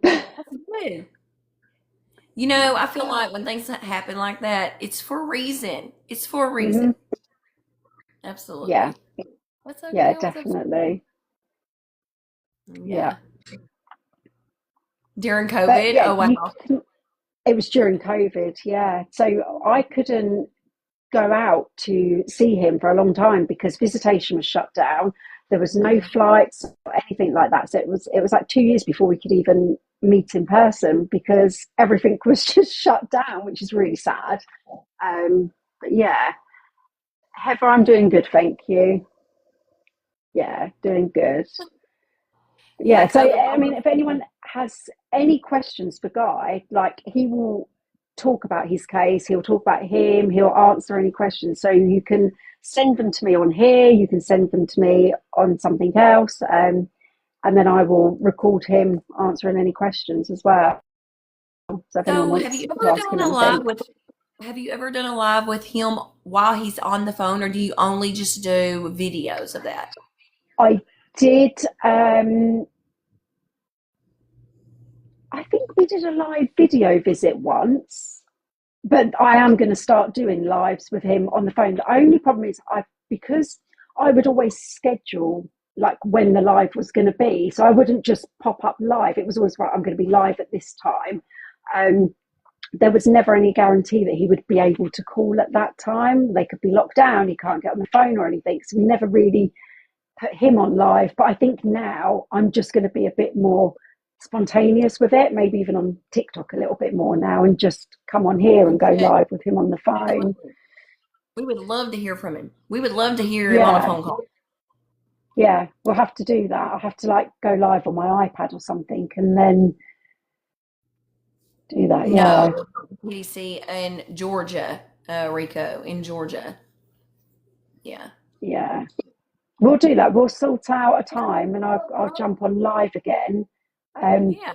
And Guy can call and we'll have him on as well. I think that'd be really good. We've talked to Gary Wayne before, and he just brings tears to my eyes. So I already know if we talk to Guy, I'm gonna be crying because I have heart and can't help it. I will just give one warning for anyone that has seen any videos of him talking. The speed that he talks at, someone's just put he loves to talk. If you're talking about Guy, yes, he does. The speed that he talks at is just something else. And I don't know whether it's a prison thing where it's like everything's timed, phone calls are timed. I've got to get everything out really, really quick. Like, he just talks so quickly. You have to be like, anytime we've ever done a recording or anything, I've always said to him, before we go live, right, okay, just remember, talk slow, like listen when someone's talking to you because he will like interrupt you, and he's so funny. He's so funny. But yeah, we'll have to do that. I can remember calling home and my husband answering the phone and I'd be like, he's like, slow down. I don't know what you're saying. You can't understand him. I bet you I can understand him. It's got to be a prison thing. It's got to be. Yeah, I think it's got to be. Yeah. Yeah. Because when you get the opportunity to speak with an officer, you better do it quick. You better spit your point out real fast and just hurry up and move on because they don't want to listen to nothing out nothing. Yeah. Me too, Rosa. And they do get excited to talk to other people. I know I did. Especially when I would call home and somebody I haven't talked to in a long time was visiting. I'd be like, oh, let me talk, and you can't help but feel like that. Yeah. The world's just going on without you. Yeah. That's it. He likes that part of the outside world, like bringing that to him as much as possible. Yeah, absolutely. Yeah. Yeah. We'll work out a time and get him on. In Texas, you're welcome, Walter. In Texas, we could get like, what was it called? Maybe Shutterfly or something where they make the picture books. Oh, I do love books I use. So can he get those types of things? Yeah, with like photos and things. Yeah. Yeah. So I've seen a couple of picture books like that, like to people in the prison that I was friends with, like of their hometown. Like I would go and try to find pictures of it because I know they miss home so much, and so that was one thing. Yeah. They really enjoyed it because I'll just get pictures of their hometown all over big photo album. Yeah, when I went, I was down there for Christmas in 2024 with my best friend, and because obviously we were staying up near the prison, which is like 5 hours away from Brunswick. We drove down to Brunswick and I went to his mum's grave and took pictures, and we put flowers down. We put Tyler's ashes down with his mum and did all of that for him and took pictures and sent them to him. So like seeing things like that.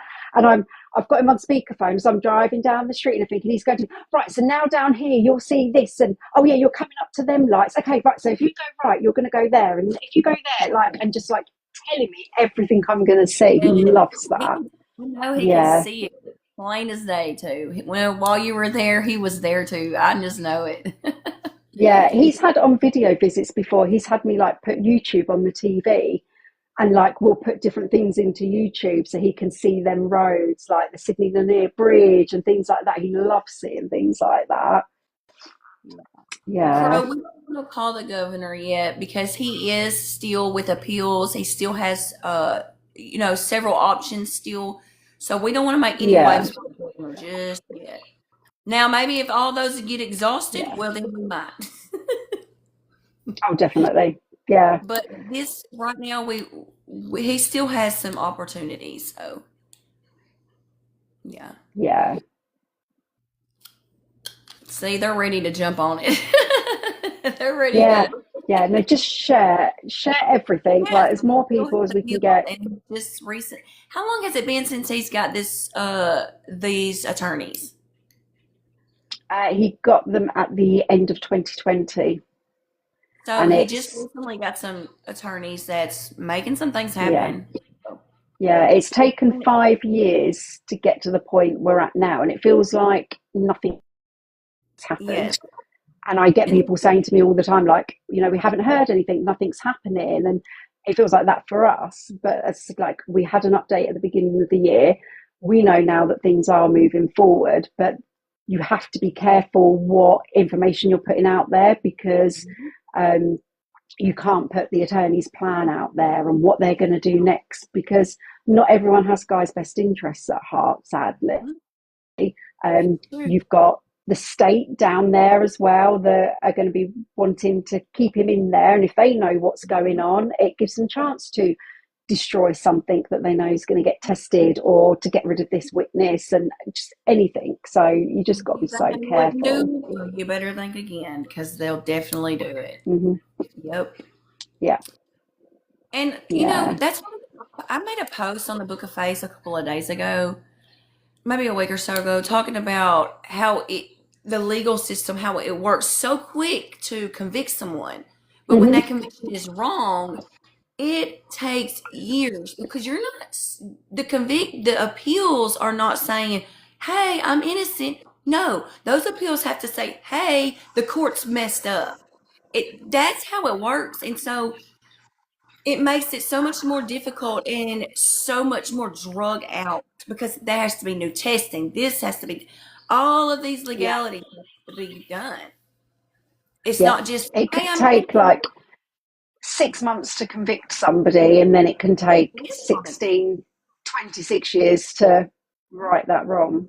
Yeah. because the people who were wrong, they don't want to admit that they're wrong because the people accusing them of being wrong are literally nobodies in their eyes, and they're somebody, and they can't let that somebody status go. Yeah. So if they're wrong, then that somebody status starts getting diluted. Yeah. Yeah. And there's been other wrongful convictions. There's Dennis Perry. He was exonerated in 2020. He had the same prosecutor and the same judge as Guy. That's worth looking into that case as well, because you'll see the things that they were doing. It's just, yeah. The fact that no three-letter agencies, never got brought into this case is crazy to me. Like 8 people lost their life, and you had a pissy ass county covering this. What? Yeah. It's crazy. Yeah. That should have been the biggest team in. Yeah. I'm gonna ask when I put this on YT. I absolutely will. Yes. Yeah, because then I can put it onto the other group as well, actually. That'd be good to put it on there. File youth offender, can he do it one time? I don't know if he can file youthful offender. Do you know? I don't think so because it was, I don't think so because of it being a D penalty case. So I don't think he can. But the good thing about it being that trial means that there is no time limit for when something can be filed. So after his appeal, for a normal case, after that appeal was denied, you would have 4 years to go back into court. But because it was a penalty case, there is no statute of limitations on how much time he has to file. Even though they, yeah, because it was that during the trial, so which is good. It kind of gives a bit more time to make sure everything's right. And I've always said to his attorney as well, like me and Guy both say the same thing. We would prefer that things took longer, but they were done right, than for something to be rushed again and it's done wrong and it ruins his chances, and we're back to where we were. So if it takes longer, yeah, you only get so many chances, and once those chances run Mm-hmm. out, then your only hope's the governor. And y'all know how hard that's been with Gary Wayne. I mean, dang, they don't want. I mean, they're listening, but he's been on there for 30 something years. So y'all see, it's just that's like double the time Guy's done. That's crazy. Yeah. I mean, in the year 2024, 147 people were exonerated, with like 1,800 years between them. Maybe more than that. I can't remember exactly, but that's crazy. Those people lost their lives to a prison system, a corrupt court system. Yeah. Yeah. And Guy's losing his right now. Every day that he's in there is a day lost. Yeah. Yeah, it happened in southern Georgia, in Glynn County. 2009. Yeah. Yeah. Yeah. I'm so glad that you came up and talked to us. I am going to put this on the YT. Yeah. And then I can put it on the group. Yeah. Yeah. So go on to Guy's Voice. You just search for that on the group, and then I post, everything gets posted on there. I don't post as much on TikTok, but everything goes on there. So it's Guy's Voice on the Book of Face is the page that she's talking about, and everything that she does concerning Guy, talking to him, everything goes on that page. Please come back. Yes, I'm hoping that we'll have her on again. I hope she'll come on again. Oh, we can't hear you.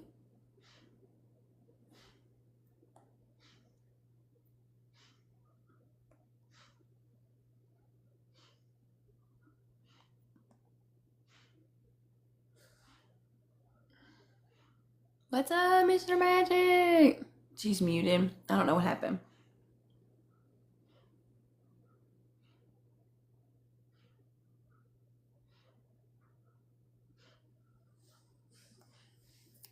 Oh, Guy tried calling. Oh, okay, awesome.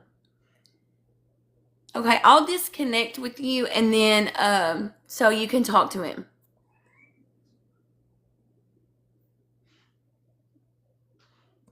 Can we listen to the call they said? No, you're fine. Absolutely. Enjoy your phone call.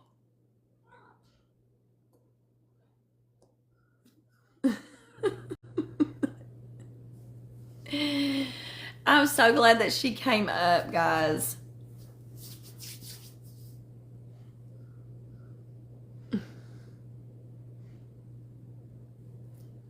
Tell him we said hello.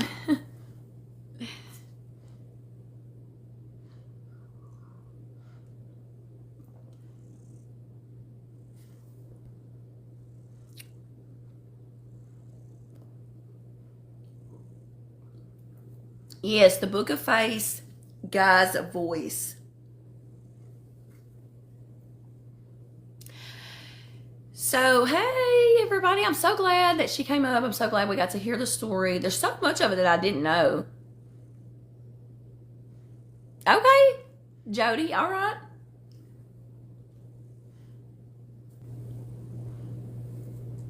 Good morning. Yeah, she said, I'm going to wait and see what happens.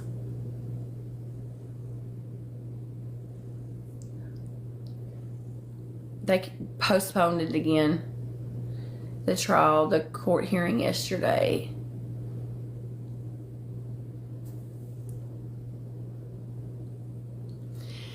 They didn't look for any other suspects. She did, Bethany. She really did.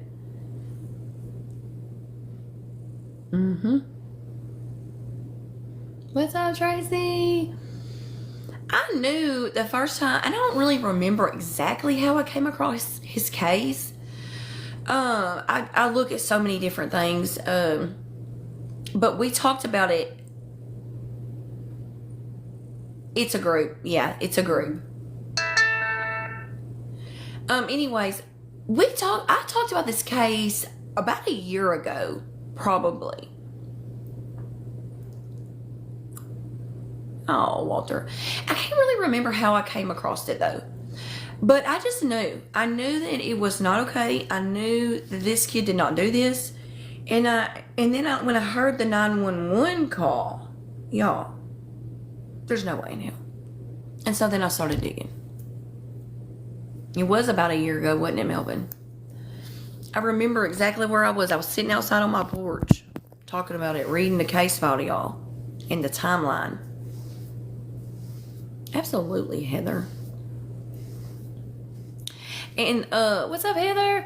And I hope that other creators will pick the case up too and talk about it, because it needs to be told. His story needs to be told. Y'all want to hear the 911 call again?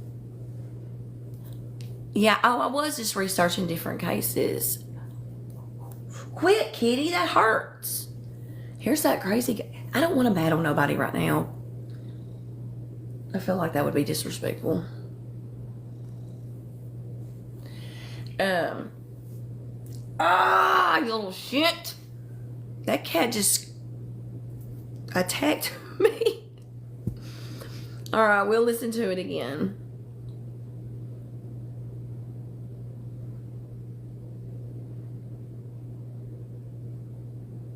Where is it?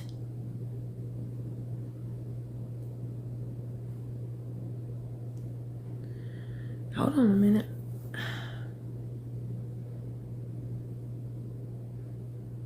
Mr. Hienz, do you have anything to say? That's not it. Yeah, here, something. Don't tell her. I just tell her my whole family's dead. Oh, okay, tell me what's going on, sir. What? I just got home from, I was out last night, I got home just now, and everybody's dead. I went on my dad's dead. How many people are there? There's like 6, my whole family's dead. Okay. It looks like they've been beaten to death, I don't know, man. Okay, you're what, 47 New Hope Plantation, correct? Yeah, man, I mean, I don't know what to do, man. Family's dead. How many people are there? Your dad, who else is there? My dad, my uncle, my cousins. Okay, don't touch anything, okay, sir? What? Don't touch anything. Stay away from the residence, okay? Did you hear that? Stay with your Man, neighbors. I know when that man, my whole family's dead. My dad's dead. He's really dead. I know. They're gonna come. They're on their way, okay?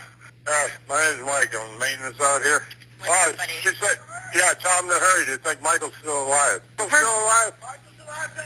Yeah, Michael's alive. He needs an ambulance. How old is there. Michael, and what happened to them? Can Michael was one of the family members. He's got Down syndrome. He's breathing. He needs help. Okay, guys, calm down. They're on their way.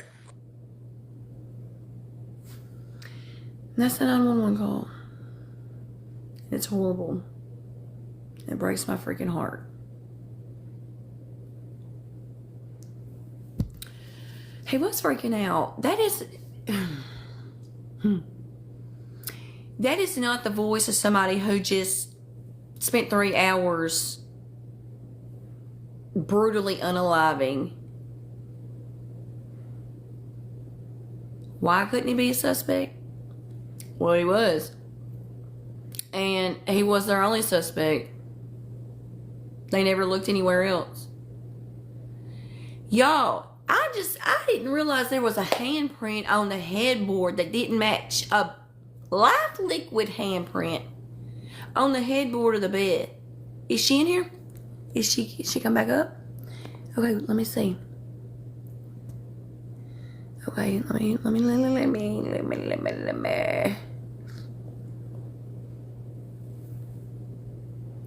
I see the invitation. Hello? Hello. Okay, can you hear me okay? Hello. Okay, I'm going to put Guy on. Hopefully he can hear you. Okay, you can say hello. Hello, Guy. Hello, everybody. Can you hear me? Yeah, we can hear you. Hello? Can you hear us? Thanks for listening to this thing. Thank you for doing it, Ray. Absolutely. I'm glad to do it. I'm glad to tell your story.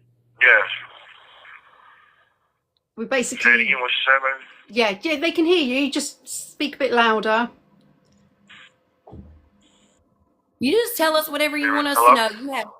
You could tell us whatever you want us to know. You have What'd she say, baby? I can't hear her. What'd she say? I think he's struggling to hear you. She said, just say anything you want to say. They can hear you. There's like 523 people. I want to say, God bless everybody. I'm innocent. Thank y'all for listening to this. Thank y'all for doing this. And spread the word about God's voice. Get me out of prison. Let's get the people who did this. That's what I want to say. Absolutely. We got you, God. We got you.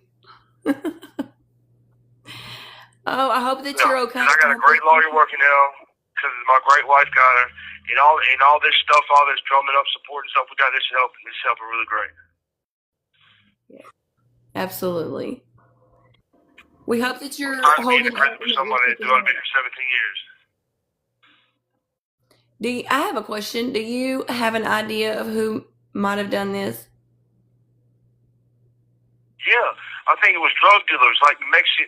This is going to sound movie-ish, but like the Mexican cartel, or either Mexicans, because Chrissy and Joe had dealings with Mexicans, and there was a shrimp boat.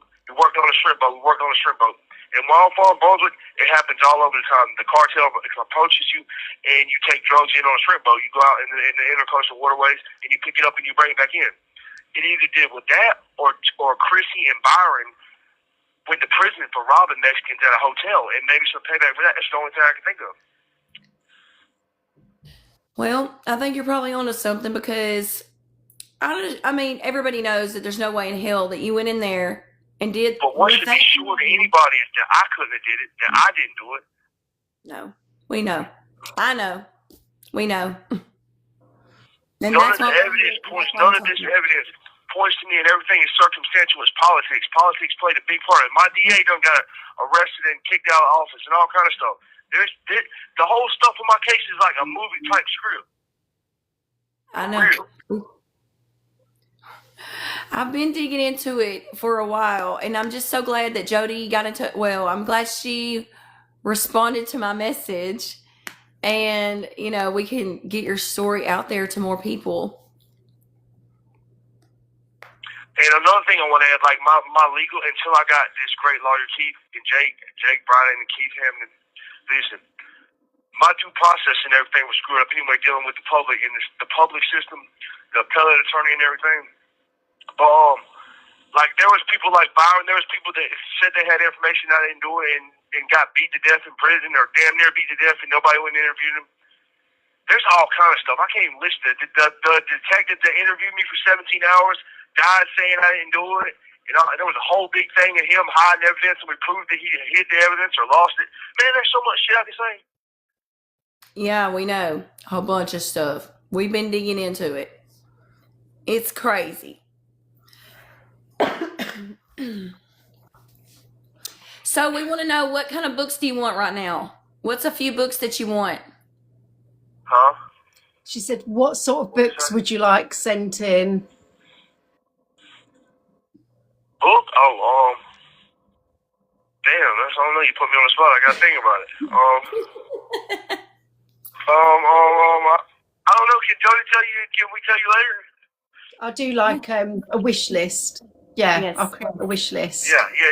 Because I gotta think about it. I wasn't even expecting to be on this thing right now. I wasn't expecting the phone to be off. The whole prison's on lockdown. I mean, I wasn't expecting the phone to be off. Lockdowns are horrible. I've been through a few in my lifetime. Yeah, I hope this is almost over though. Yeah. Right. Okay, hold on 1 second. I'm going to jump off and talk to him quickly then. Thank you so much for having me.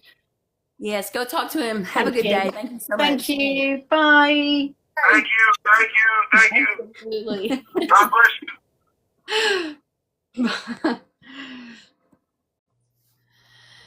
Oh my gosh, I'm so glad we got to talk to him, at least for a minute, guys. If you aren't convinced that Guy is innocent, I suggest you please go to the Book of Face, follow his page called Guy's Voice, go back to the beginning. Yes, that's the guy that was on the 911 call. That's him. That's who was convicted. That's who's sitting in the Georgia penitentiary.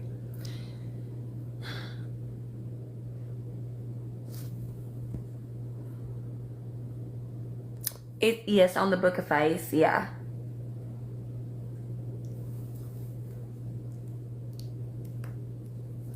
Carrie, your brother speaks fast. I had to slow myself down. I would be blah, blah, blah, blah. He's so lovely. When Jody is talking to him, all I can hear is laughing. Oh, that's so amazing. The other guy on the call, no, he was the maintenance man there. You're talking about the one that told him, guy, they're coming, calm down. Just that guy, yeah, he was the maintenance man. And now that guy and Jody have a pretty good relationship. Christy.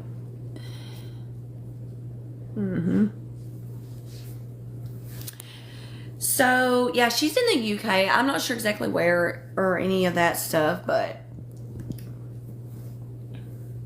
I'm glad that he has her and that she has him. Because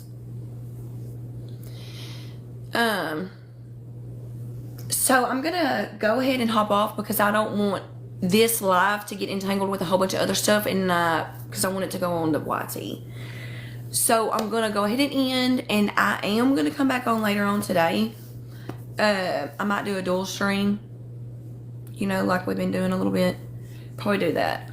But anyways, I love y'all so much. Thank y'all so much for everything that y'all do. Carolyn, you're welcome. And thanks for listening to the stories that we have. All of these people. YT, you. Anyways, the more people who know about this stuff, the better. There's too many innocent people sitting in the prison system. And I know there's the saying, everybody goes to prison is innocent. Well, no, they're not. But there are quite a few of them that are. My sister's on. I might come back on in just a little bit. I just don't want this live to get entangled. Anyways, I love y'all. Thanks for hanging out. And I'll see y'all here in a little bit. Have a good day.